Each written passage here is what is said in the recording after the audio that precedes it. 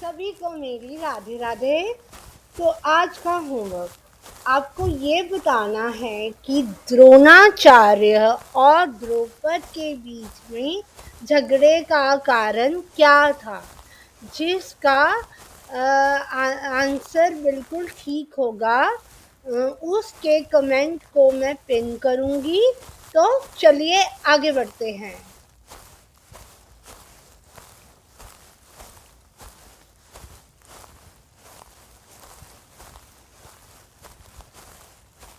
गीता के पहले अध्याय के चौथे श्लोक में कहा गया है कि इस सेना में भीम तथा अर्जुन के समान युद्ध करने वाले अनेक वीर धनुर्धर हैं तथा महारथी युयुधन, विराट तथा द्रौपदोधन।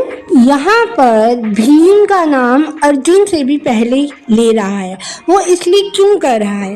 क्योंकि उसे भली भांति पता था कि अगर उसको कोई मार सकता था या कोई उसके बराबर लड़ने वाला था वह केवल और केवल भीम ही था।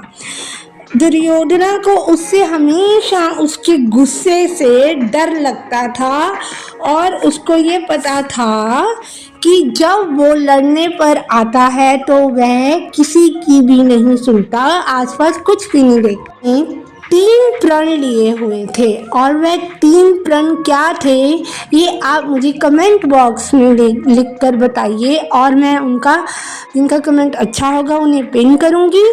और ये जो 3 प्रण हैं ये मैंने बड़ी वाली वीडियो में श्लोक 11 में बताए हैं। आप वहाँ जाकर ये वीडियो देख लीजिए, मैं इसका लिंक आई बटन में डाल दूँगी। यद्यपि युद्ध कला में द्रोणाचार्य की महान शक्ति के समक्ष धृष्टद्युम्न महत्वपूर्ण बाधक नहीं था, किंतु ऐसे अनेक योद्धा थे जिससे भय था। दुर्योधन इन्हें विजय पथ में अत्यंत बाधक बताता है क्योंकि इनमें से प्रत्येक योद्धा भीम तथा अर्जुन के समान तेज है। उसे भीम तथा अर्जुन के बल का ज्ञान था, इसलिए वह अन्यों की तुलना इन दोनों से करता है। गीता के पहले अध्याय के श्लोक 5 के हिसाब से शास्त्री धृष्टकेतु, केकितान, काशीराज, पुरुजीत, कुंती भोज तथा शैवी जैसे महान शक्तिशाली योद्धा भी हैं।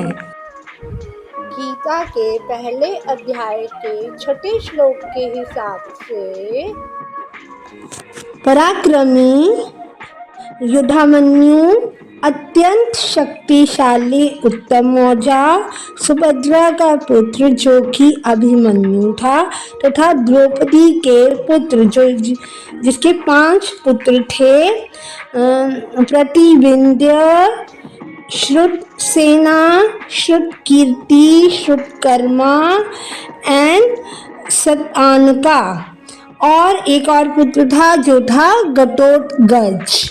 ये सभी महारथी हैं। दुर्योधन इन सभी वीर लोगों का नाम लेकर द्रोणाचार्य को चिढ़ाना चाहता था।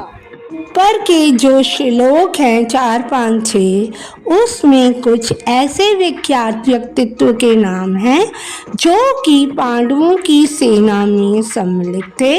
दुर्योधन की अपनी शत्रु की सेना की समीक्षा वहाँ खड़े खड़े हो चुकी थी जो कि दुर्योधन ने खुद की थी और दुर्योधन ने सभी महारथियों को पहचान लिया था।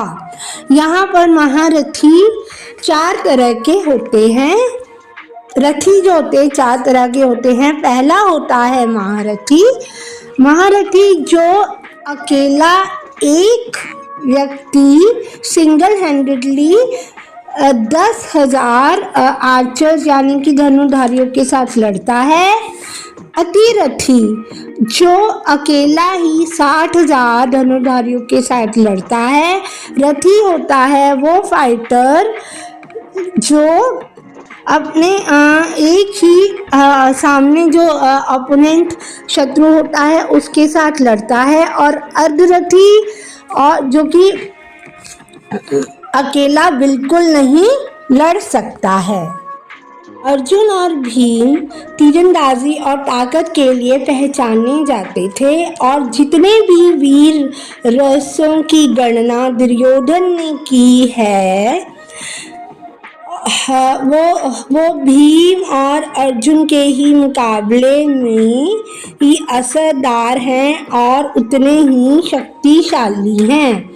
यहाँ पर एक बात पर खास प्रकाश डाला गया है कि पांडवों के जितने भी योद्धा थे वह गणना में कम थे, परंतु वह कौरवों की सेना के सामने बहुत ज़्यादा असरदार और शक्तिशाली थे। कौरवों के पास युद्ध करने की सामग्री भरपूर थी।